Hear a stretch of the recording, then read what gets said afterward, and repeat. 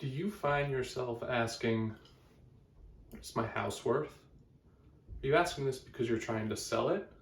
Are you asking this because you want to know what the value of your asset is, probably your biggest asset?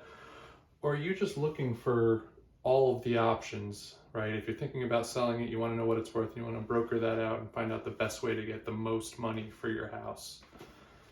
Hi everybody, my name is Doug. I'm a local investor in Philadelphia. I have a company called Signature Properties, and we help homeowners in Philadelphia get out of really sticky situations with their homes or property really quickly for a fair price. So if you or anybody you know seems like they're in that situation, or even if they're just looking to sell their house under regular circumstances, feel free to pass along my information or go to my website, sellmyphillyhouse.com.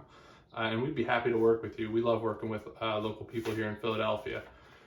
Today we're going to talk a little bit about what your house might be worth. There's a number of ways to come up with this number, and I'm going to walk through each of them and show you where some of the shortfalls are and where some of the better ways and advantages are of using different methods, okay? So I'm going to be quick about this, but I think you're going to really get some value out of it. The first is your own opinion of what it's worth.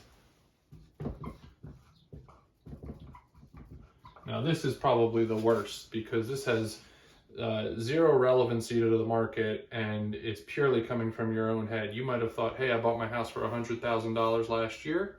I invested $50,000 in a new kitchen and roof, and now it's worth $150,000. A very simple way to think about it. The problem with your opinion is that there's this belief that people overvalue what is theirs. They always think it's more than it really is because it's their own, and you can't fault yourself for thinking that way. It's a prideful way of thinking, and that can harm you when you're going to sell your house. You want to be open-minded, and you want to be market-oriented, and I'll get to that in here in a second, but this is just selling it based on what you think it is. And if you do this, your house is going to sit on the market for a really long time, okay?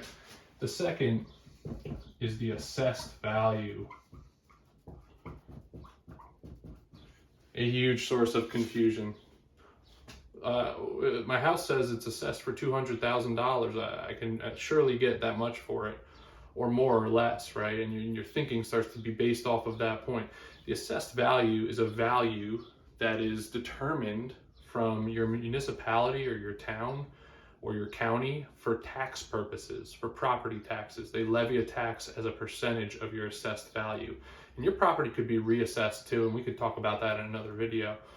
But that's not the market value of the house. That's not what your house would sell for. That's just what the local government uses to create taxes for you, which is a wonderful thing. Okay, so don't base it on that either. That's not good. The third is, I'll just write Zestimate or Zestimate, right?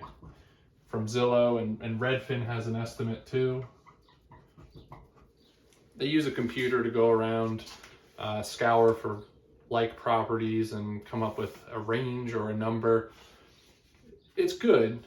It's not great. It's not going to give you exactly what you need to come up with what your house is worth, okay? The fourth, maybe the best, maybe up there with the best, comparable sales, comps. This is the golden option here. You're going to want to use comps, okay? You can ask your realtor, your agent to pull comps for you. It should be no problem for them. Comps operates on the concept of substitution. If there's a house across the street from you, it's the same size, same age, same numbers of bedrooms and baths, same condition, right? Same everything. The law of substitution says that you could exchange one for the other from a buyer's perspective, and they would be for the same price or very similar price. Comps use adjustments to take into account if there's any differences of the comparable sales that are close to you. You're going to want to use comps if you're thinking about determining what your house is worth, okay? But the last thing I'm going to say, which is the most interesting thing, and I'm always asking everyone to think a little differently, is your house is worth whatever someone is willing to pay. But willing to pay. And this one is interesting, okay? Because your house could be worth one amount if you list it on the MLS and you have a year to wait. It could be worth a different amount if you want to get it done super quick and you want to do no contingencies, cash offer, okay? So the reason I bring this up is because in today's market, it's crazy, right? People are doing over asking and then they're sneaking in these contingencies around appraisals and so forth, and they're just bidding really high just to get the offer accepted, and then they kind of pull back after the inspection and ask for all these repairs and everything to get back down to even below what the offer price was. It's crazy. Your house is always worth what someone else is willing to pay, and that is a moving target for all of the reasons I just said. If you want more information on how to value the worth of your house, the market value we're talking about, call me up. My team we're professionals at giving you options. We can give you a no obligation cash offer that can close really quickly. We have another kind of offer we can give you that's a little bit different at a different price point as well. Ask us about that. It's a very varying thing what the value, the market value of your house is, but it's also based on what you want to get out of it as the homeowner or property owner. I hope this was helpful. Again, my name is Doug. My website is sellmyphillyhouse.com and my company is Signature Properties.